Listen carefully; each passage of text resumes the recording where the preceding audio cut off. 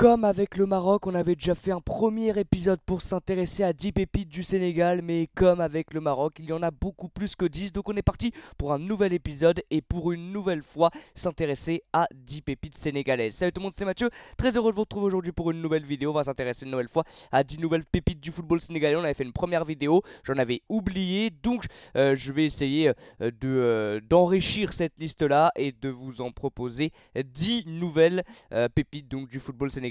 Encore une fois, il en manquera parce que je les connais pas tous et parce que j'en ai sûrement oublié, c'est même sûr et certain. Donc n'hésitez pas une nouvelle fois dans l'espace commentaire à m'en proposer, à m'en faire découvrir pour pourquoi pas un troisième épisode. Et on commence donc tout de suite avec le premier joueur. C'est un buteur, il joue du côté de Génération Foot et c'est Idrissa Gueye, le petit numéro 19, vous le voyez, qui a déjà joué avec le Sénégal. Il a un match déjà avec le Sénégal, il jouait avec les équipes jeunes, mais en tout cas avec l'équipe A du Sénégal, il a déjà une sélection, donc ça montre qu'il va progresser petit à petit et qu'il va avoir petit à petit de plus en plus de temps de jeu avec la une du Sénégal. Donc il joue du côté de Génération Foot, un but cette année avec Génération Foot. Alors on le sait, cette accroche entre Génération Foot et le FC Metz, hein, il y a énormément de joueurs qui sortent de Génération Foot et qui vont du côté du FC Metz. Et pourquoi pas Idrissa Gueye, parce que très sincèrement c'est l'un des meilleurs joueurs offensifs du Génération Foot. Donc vraiment, moi en tout cas, ça me surprendrait pas de le voir arriver du côté du FC Metz. Pourquoi pas l'année prochaine en Ligue 2 ou en Ligue 1, on verra où jouera Metz. Mais en tout cas, il peut avoir une carrière du côté du FC Metz. C'est un buteur assez grand de 1m85, qui a beaucoup de qualité dans la création des occasions. Il arrive à facilement se créer des occasions grâce à sa puissance, grâce à sa technicité, grâce à sa belle qualité de passe également. Il est assez mobile, donc il arrive à se faire oublier par la défense adverse et à se faire trouver assez facilement dans les petits espaces, dans les petits périmètres par ses coéquipiers. Il a un petit défaut, mais c'est normal, il a que 18 ans, c'est devant le but, il doit encore progresser parce qu'il rate encore pas mal d'occasions.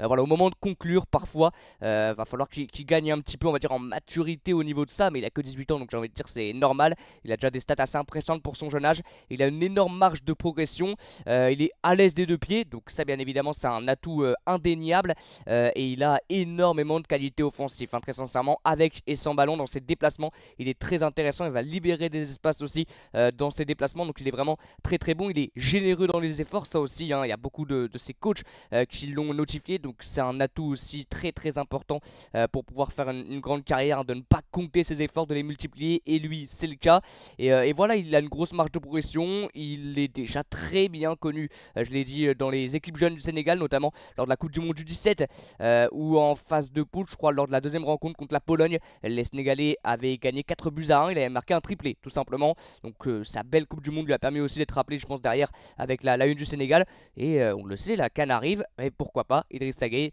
dans cette liste de la CAN, en tout cas joueur à suivre, et pourquoi pas prochain joueur du FC Metz. On va continuer avec le prochain joueur, il joue du côté de Al Gharafa, c'est Seydou Sano, un défenseur central de 20 ans.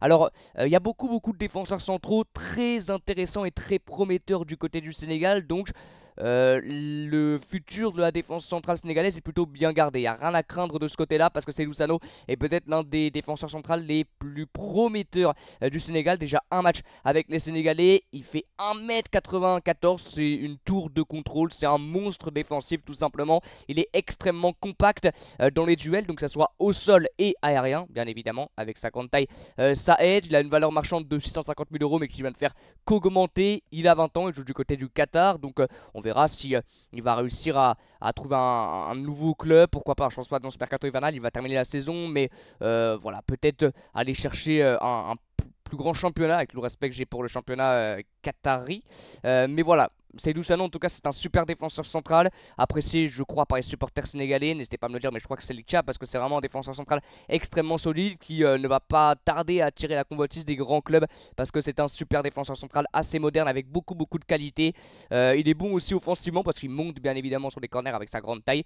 Il marque quelques buts par saison, 1 ou 2 buts par-ci par-là. Donc c'est un joueur très intéressant et extrêmement prometteur qui n'a que 20 ans. On continue avec le troisième joueur, c'est Pathé Mboup qui joue du côté de la Ligue 2 parce que oui, on suit beaucoup la Ligue 1, mais en Ligue 2 il y a aussi énormément de pépites. On en avait parlé lors du deuxième épisode du Maroc sur quelques pépites qui jouent en Ligue 2, et bah lui aussi joue en Ligue 2 et il est énorme. C'est Pathé Mboup qui est formé à l'Olympique Lyonnais, il a 21 ans.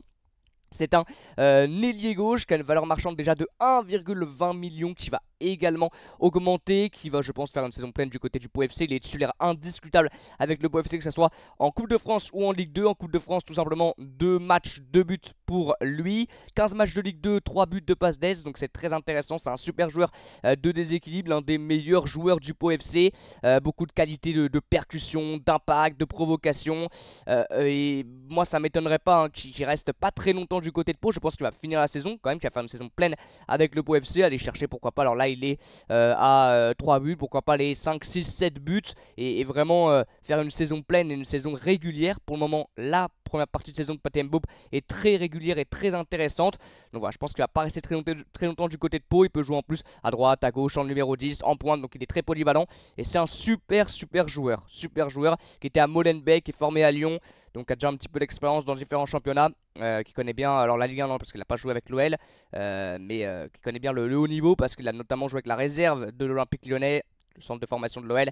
Donc voilà, c'est pas rien, on sait que c'est l'un des meilleurs centres de formation en France, il est formé là-bas. Et il a beaucoup de talent en Pathé Mboup. Il le montre cette année en Ligue 2 et il est bien évidemment titulaire indiscutable. Ça ne m'étonnerait pas de le voir très bientôt dans un plus grand club, avec tout le respect que j'ai pour Pau, et pourquoi pas au Sénégal, parce que vraiment c'est un super joueur de déséquilibre. On continue avec Ousmane Diao, un nouveau défenseur central, lui aussi il est extrêmement solide, lui aussi il a 20 ans, il joue du côté, alors je vais essayer de pas faire d'erreur au niveau de la prononciation, de Midtjylland au Danemark. Du coup si je dis pas de bêtises hein, c'est au Danemark. Midtjylland, attendez parce que je vais peut-être dire une énorme bêtise. Normalement c'est dans le championnat danois hein. Ouais c'est ça, c'est un championnat danois. Midtjylland, ils ont souvent des bons joueurs et ils sortent souvent des grosses pépites, et lui c'en est une, valeur marchande de 4 millions d'euros, extrêmement athlétique réellement, athlétiquement parlant c'est un monstre Ousmane Diao, réellement un monstre absolu, très propre dans les interventions et dans les relances. C'est un défenseur grand et plutôt rassurant, qui fait peu d'erreurs, qui offre peu de buts aux adversaires. Il joue du côté donc du Danemark à Midtjylland.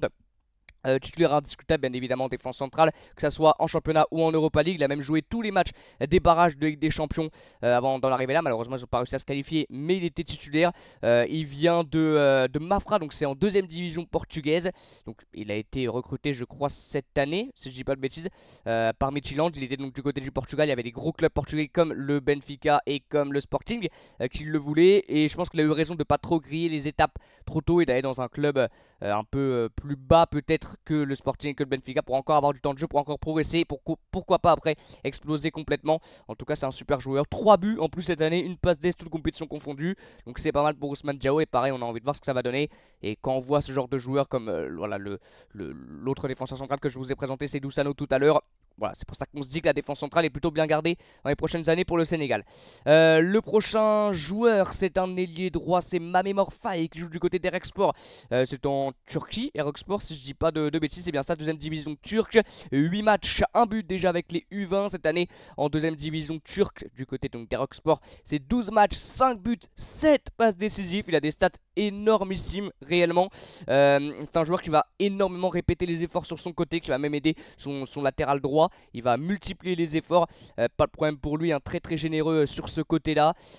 Il a de super qualités de passe et surtout de centre. On le voit au niveau des stats, hein, cette passe D c'est assez énorme quand même. Il a une valeur marchande qui va aussi ne faire qu'exploser, ne faire qu'augmenter. Pour le moment elle est à 550 000 euros, mais elle va vraiment augmenter. Il est rapide, puissant, percutant, tout ce qu'on aime chez un joueur de déséquilibre. Et il a que 19 ans, donc lui aussi bien sûr il a une marge de progression qui est assez haute.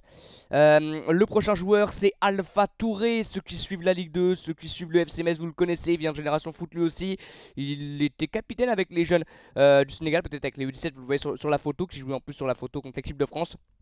Il a 18 ans, c'est un milieu central du côté du FC Metz qui joue un petit peu quand même en Ligue 2. Bon, c'est pas en tant que titulaire indiscutable, très loin de là. C'est un joueur de rotation, un remplaçant. 6 matchs de Ligue 2 cette année, mais c'est bien hein, pour son jeune âge de pouvoir jouer en Ligue 2, de pouvoir avoir un petit peu de temps de jeu pour pouvoir progresser plus rapidement. 5 matchs déjà avec les U17, il joue aussi avec la N3 du FC Metz avec déjà un but. C'est l'un des milieux sénégalais peut-être les plus prometteurs. Réellement, il a énormément de qualité. Déjà, il est très polyvalent et il est fort à tous les postes. Il peut jouer déjà à tous les postes au milieu de terrain, milieu central, milieu défensif, milieu offensif, et même en défense centrale ou en latéral gauche. Et il peut apporter vraiment beaucoup de qualité, beaucoup de choses, même dans des postes qui ne sont pas normalement le sien, parce que c'est plutôt en milieu de terrain, mais il a joué en étant jeune arrière gauche, défenseur central, donc très polyvalent. Et ça, les entraîneurs, ils aiment bien ce genre de joueur. Il a beaucoup de qualité. Déjà, il est très propre dans ses relances, dans ses interventions, dans ses passes, il est assez précis.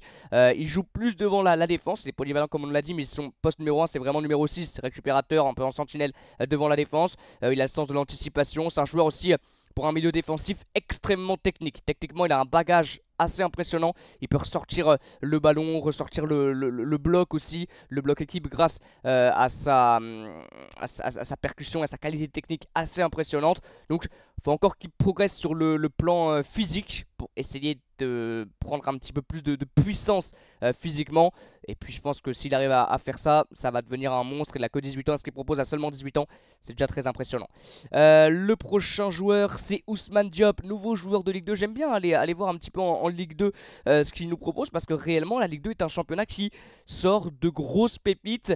Et c'est là où les pépites peuvent vraiment exploser. C'est le cas donc de Mboup et de Ousmane Diop qui joue du côté de Clermont. C'est un ailier droit, joueur de déséquilibre, qui joue un petit peu moins qu'Mboup. Il n'est pas titulaire indiscutable du côté de Clermont, mais il joue quand même un petit peu. 14 matchs de Ligue 2, 2 buts. C'est plutôt un joueur en sortie de banc, mais c'est un joueur qui a quand même un petit peu de temps de jeu. 3 matchs de Coupe de France, un but, une passe d'Est. Des stats aussi qui commencent un petit peu à augmenter, qui sont intéressantes. C'est un joueur d'1m70 mais très explosif, très athlétique, très vif sur son côté, qui court partout. Il est formé du côté de l'Estac.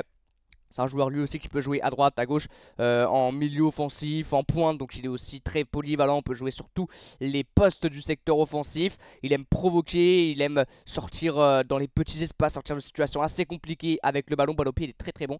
C'est un joueur assez mobile aussi et qui a, comme tous que je vous présente, une énorme marge de progression.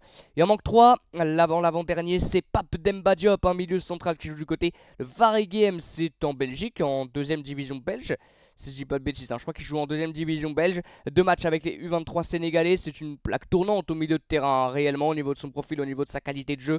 Il est très bon. C'est un milieu extrêmement complet, qui est bon dans le secteur offensif, dans le secteur défensif, qui est bon avec et sans ballon. Donc vraiment, il est très complet. Et ça aussi, les coachs aiment bien. 15 matchs de deuxième division belge avec Waregem, et c'est 4 buts, 5 passes décisives. Donc des gros stats. C'est un joueur qui aide aussi l'équipe dans le secteur offensif et qui va beaucoup se projeter. C'est un joueur qui se projette énormément vers l'avant.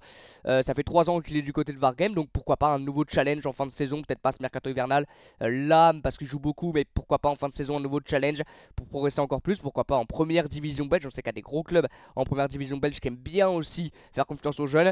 Et Pep Demba Diop a déjà joué bien sûr avec les Sénégalais, notamment les U23, les jeunes. Ça m'étonnerait pas qu'ils soient aussi appelés dans les listes avant la CAN et pourquoi pas pendant la CAN. Parce que c'est vraiment un joueur extrêmement complet. L'avant-dernier, c'est Moussa Ndia et j'aime énormément aussi son profil de défenseur gauche, 22 ans, un autre joueur belge qui joue lui du côté d'Anderlecht, donc en première division, grosse valeur marchande de 3 millions d'euros. C'est un latéral gauche mais qui peut jouer en défense centrale et en milieu gauche parce qu'il a des qualités aussi de percussion qui peuvent lui permettre de jouer un petit peu plus haut et des qualités d'anticipation et de récupération qui peuvent lui permettre de jouer plus bas et donc en défense centrale un petit peu plus axiale. C'est un joueur qui joue énormément en Jupiler Pro League, donc première division belge du côté d'Anderlecht, qui est un très bon club, l'un des meilleurs clubs peut-être en Belgique. C'est un joueur qui est titulaire indiscutable tout simplement de la formation d'Anderlecht, que ce soit en Europa League ou en championnat. Ça fait déjà 4 années qu'il est du côté d'Anderlecht, donc c'est vraiment un élément imperturbable et vraiment important du 11. Il est formé au Barça, donc ça c'est pareil. On a parlé tout à l'heure de Lyon comme l'un des meilleurs centres de formation en France. Le Barça c'est peut-être l'un des meilleurs centres de formation au monde. Donc déjà quand tu sors de là, c'est vraiment que tu as un sacré joueur, que tu es une sacrée pépite. C'est le cas pour lui qui a déjà 22 ans, qui n'a pas encore de match je crois que les Sénégalais, peut-être avec les jeunes, mais avec la une je ne crois pas si je dis pas de bêtises. Beaucoup de qualité aussi au niveau de la ressortie de balle, au niveau des efforts. Lui aussi il est généreux dans les efforts, il va les multiplier sur son côté. Il a une bonne qualité de centre aussi. C'est un joueur aussi qui va beaucoup, qui aime beaucoup aller vers l'avant, beaucoup se projeter. Voilà, un défenseur gauche en mode un peu piston assez moderne. Voilà, donc joueur très intéressant et profil aussi très intéressant, le petit Moussa Ndiaye. Et le dernier joueur que je vous présente, c'est un nouveau milieu de terrain, un nouveau sentinelle, une nouvelle sentinelle, un petit peu devant la défense. Et c'est le milieu défensif central qui joue du côté de la Nationale en première division portugaise. C'est Djibril Soumaré. Djibril Soumaré, donc lui aussi, c'est un grand milieu de terrain. Lui aussi, c'est une plaque tournante au milieu qui joue du côté du Portugal. Ancien joueur de Braga, assez propre avec et sans ballon dans le contre-pressing aussi. Quand il perd le ballon, il va vraiment harceler les Portugais porteur de balle adverse, donc il est très intéressant dans l'anticipation et dans la récupération. Très très bon dans la récupération, assez propre. C'est un joueur qui va mettre beaucoup d'impact dans son jeu. Et c'est, je crois, un remplaçant du côté de la Nationale. Il n'est pas titulaire, mais c'est un remplaçant un peu de luxe, voilà, qui rentre pas mal, qui a déjà 7-8 matchs je crois de championnat en tant que remplaçant. Il a que 21 ans, donc il joue pas énormément, mais c'est un joueur en tout cas quand il rentre en jeu qui fait de bonnes choses, et ancien joueur de Braga, qui avait un petit peu de temps de jeu du côté de Braga, il était resté longtemps je crois du côté de Braga, donc bon joueur, très très bon joueur. Voilà, c'est la fin de la vidéo, n'hésitez donc pas à m'en proposer d'autres des joueurs, parce qu'il y en a d'autres des joueurs sénégalais. Il y avait le petit Mamadou Sarr, mais je crois malheureusement pour les Sénégalais qu'il a choisi, alors je sais pas si c'est officiel, mais j'ai vu qu'il avait déjà joué avec les équipes jeunes de l'équipe de France, donc est-ce que il a choisi vraiment de représenter la France, ou c'est pas encore le cas, ou sinon on aurait pu le mettre bien évidemment dans cette liste, hein, Mamadou Sarr, le joueur de Strasbourg, l'ancien lyonnais. Donc voilà, merci beaucoup d'avoir suivi cette vidéo. Comme d'habitude, n'hésitez pas à liker, vous abonner, partager, commenter, etc., etc. On se retrouve très bientôt pour de nouvelles vidéos, pourquoi pas pour un épisode 3 si vous me proposez d'autres joueurs, c'est avec plaisir que j'irai me renseigner sur eux. Merci beaucoup les amis, comme d'habitude, ciao et à bientôt pour une nouvelle vidéo.